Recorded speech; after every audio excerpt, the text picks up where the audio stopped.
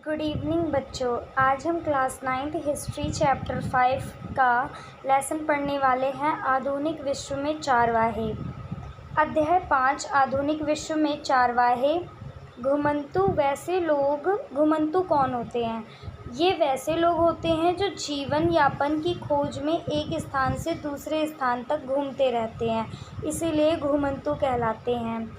चारवाहे वैसे लोग जो मवेशियों को पालकर अपना जीवन यापन करते हैं, वे चारवाहे कहलाते हैं। मवेशी वे होते हैं जो जानवर उन्हें मवेशी कहा जाता है। घुमंतु चारवाहे वे लोग जो अपने मवेशियों के लिए चारे की तलाश में एक स्थान से दूसरे स्थान घूमते हैं, उन्हें कहा जाता है घुमंतु चारवाहा। अब ये भाभर क्या है? भाभर है गढ़वाल और कुमाऊं जैसे इलाकों में पहाड़ी के निचले हिस्से के आसपास पाया जाने वाला सूखे जंगल के इलाके को भाभर कहा जाता है। अब ये बुग्याल क्या है? जो ऊंचे पहाड़ों पर स्थित घास के मैदान होते हैं, उसे बुग्याल कहा जाता है। अभी हम आगे इनके बारे में पढ़ेंगे कि ये किस काम आते हैं। अभी हम इसमें मेन पॉइंट पढ़ने जा रहे हैं जो हमें आगे ज़रूरत लगेगी जिनकी। अब आते हैं खारिफ फसल। खारिफ फसल वह फसल होती है जो वर्षा ऋतु के आरंभ में ही बोई जाती है। जब वर्षा ऋतु की शुरुआत होती है जब ही बोई जाती है, और जब शीत ऋतु की शुरुआत होती है तो इसे काट लिया जाता है। इसी को खारिफ फसल कहते हैं। जैसे चावल की खेती जब करते हैं ना, जब बारिश की शुरुआत होती है, क्योंकि चावल की खेती के लिए बहुत सारा पानी चाहिए होता है। अब रबी फसल कौन सी होती है? वह फसल जो शीत ऋतु के आरंभ में बोई जाती है और ग्रीष्म ऋतु के आरंभ में ही काट ली जाती है, उसे रबी फसल कहते हैं। जैसे गेहूँ, दलहन आदि। अब हम पढ़ने जा रहे हैं भारत के विश्व में पाए जाने वाले प्रमुख घुमंतु चारवाहे कौन से हैं। भारत में घुमंतु चारवाहों के नाम और उनके स्थान।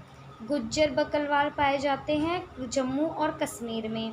गद्दी पाए जाते हैं हिमाचल प्रदेश में। भोटिया पाए जाते हैं उत्तराखंड में। राइका पाए जाते हैं राजस्थान में। बंजारा पाए जाते हैं राजस्थान और मध्य प्रदेश में। और मलधारी पाए जाते हैं गुजरात में। धंगर पाए जाते हैं महाराष्ट्र में। कुष्मा और कुरुवला और गोल्ला ये पाए जाते हैं कर्नाटक, आंध्र प्रदेश और तेलंगाना में। मेनपा पाए जाते हैं अरुणाचल प्रदेश में। अब हम पढ़ने जा रहे हैं विश्व के चारवाहे। विश्व में अभी हमने भारत के पढ़े, अब विश्व के पढ़ने जा रहे हैं। मसाई ये केन्या और तंजानिया में पाए जाते हैं। बेदुइस उत्तरी अफ्रीका में पाए जाते हैं। बरबेर्स पाए जाते हैं उत्तर पश्चिम अफ्रीका में। तुर्काना पाए जाते हैं उगांडा में। बोरान पाए जाते हैं कीनिया में। मुर्स पाए जाते हैं मोरिटानिया और सोमाली और पाए जाते हैं सोमालिया में। नाम और जुलू पाए जाते हैं दक्षिण अफ्रीका में। बेजा पाए जाते हैं मिस्र और सूडान में। अब हम पढ़ने वाले हैं घुमंतु चारवाहे के भ्रमण के क्या कारण है, वो क्यों घूमते रहते हैं। सालों भर में जब फसल उगाने वाले कृषि क्षेत्र की कमी पड़ जाती है तो इसलिए उन्हें वहाँ से जाना पड़ता है। मवेशियों के लिए चारा और पानी की तलाश में इधर उधर उनको भटकना पड़ता है। और विषम मतलब बहुत ज़्यादा ठंडी या बहुत ज़्यादा गर्मी पड़ने के कारण उन्हें अपने मवेशियों को बचाने के लिए इधर से उधर जाना पड़ता है। अपने उत्पादों को बेचने के लिए, अब जैसे जो भी जानवरों से दूध, दही, मट्ठा, उनकी स्किन, वूल, इन सबको बेचने के लिए भी एक जगह से दूसरी जगह जाना पड़ता है। औपनिवेशिक काल में घुमंतु चारवाहे के जीवन में आए परिवर्तन और उसके बदलाव क्या हो सकते हैं। अब परिवर्तन पढ़ने जा रहे हैं हम। भूमि कर बढ़ाने के लिए चारागाहों का कृषि भूमि में बदलना।